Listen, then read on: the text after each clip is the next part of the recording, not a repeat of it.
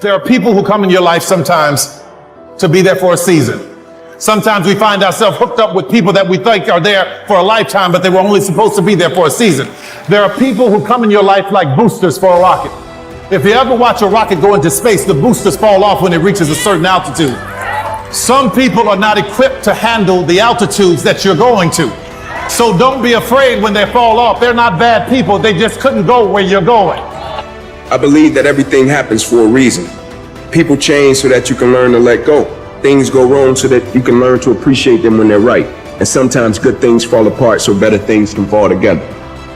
That's why you pissed off with Monday, because Monday is the day that you're supposed to go mold and shape and create your greatness. That's why you like Friday. I get it, because Friday you get to chill. You don't have to face yourself on Friday. You don't have to face yourself on Saturday or on Sunday. That's the day that everybody is partying. Everybody's drunk. Everybody gets to forget that they didn't become who they were supposed to come during the week. That's why I get it now, but I challenge you.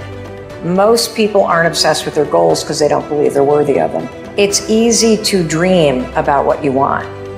We're all looking for this golden purpose. Is it this? Is it that? Is it making money? Because the purpose is you.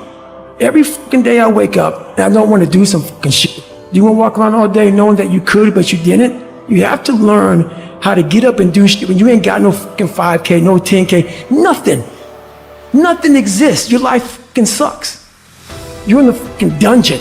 But guess what? I'm still going to get it. I understand now you are attracted to greatness because greatness is all in you. But it's easier to watch greatness. It's easier to go see greatness than it is to put in the time, to put in the energy, to discipline yourself, to sacrifice. It's easier. And so that's why you average. And so you're frustrated because you're not living like you should live. Always go to something bigger than yourself. Are you not guilty of immersing yourself into things that were too small to hold your vision? My problem is so many times you've thrown big ideas at small people. You have to want something so big that it wakes you up in the middle of the night. You have to want something so big that you think about it all the time. You have to want something so big that it drives you to wake up when you don't want to. It keeps you up at night when you long been sleeping. It makes you show up, do things you wouldn't normally do. It requires extra. Be calm when things are going well. Be calm. Don't think you're on top of the world in the sense you got to be chill. Just take what's good in your life and move forward cautiously and carefully. Losing in life is so important, whether it's getting dumped, getting fired, losing a game. Those feelings where things didn't work out your way, that's important because it lets you know this is the bad feeling that comes when it goes wrong and you improve, and then it makes the good feelings of victory all the better. The hardest thing to do, the hardest thing to deal with, the hardest thing to manage, the hardest thing to put up with is transition. The thing we hate the most is transition. We hate it because it takes us out of our element. It takes us out of our comfort zone. It takes us out of the place where we are secure and sure, and we've learned how to manage and control everything. You cannot control everything when you are in transition. The man who loves walking will walk further than the man who loves the destination. And when you love the journey, the goals just happen. You hit milestones as a side effect because it doesn't matter. At that point, I don't care if I can lift this much weight or run this fast. I mean, that's cool, but I don't love it as much as I love the journey. I love the journey. What does the journey consist of? Sucking at something, failing, getting better, learning, start it over, do it again. When you fall in love with the journey, everything else takes care of itself. Average person only spends 20% of their time doing the thing that they are really gifted at, created at, passionate about. Telling yourself every day, here I go again, and I got what it takes.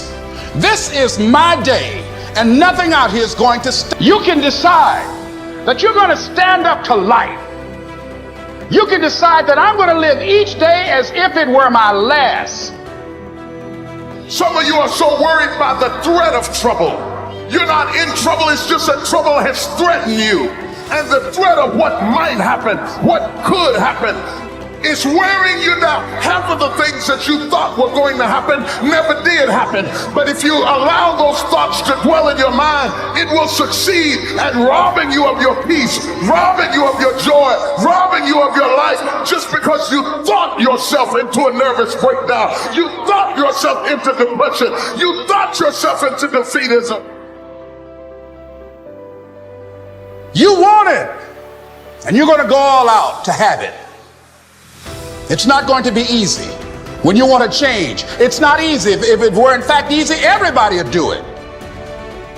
How many times in your life have you gone through something you thought you wasn't going to make it? What you have to do is to be steady in the storm. If you're steady, you're going to outlast it. If you're steady, you're going to outlive it.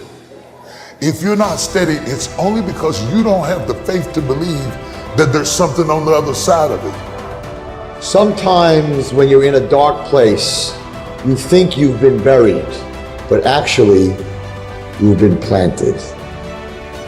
What do you do when you've gotten no and you don't know where to go? You pause and you wait.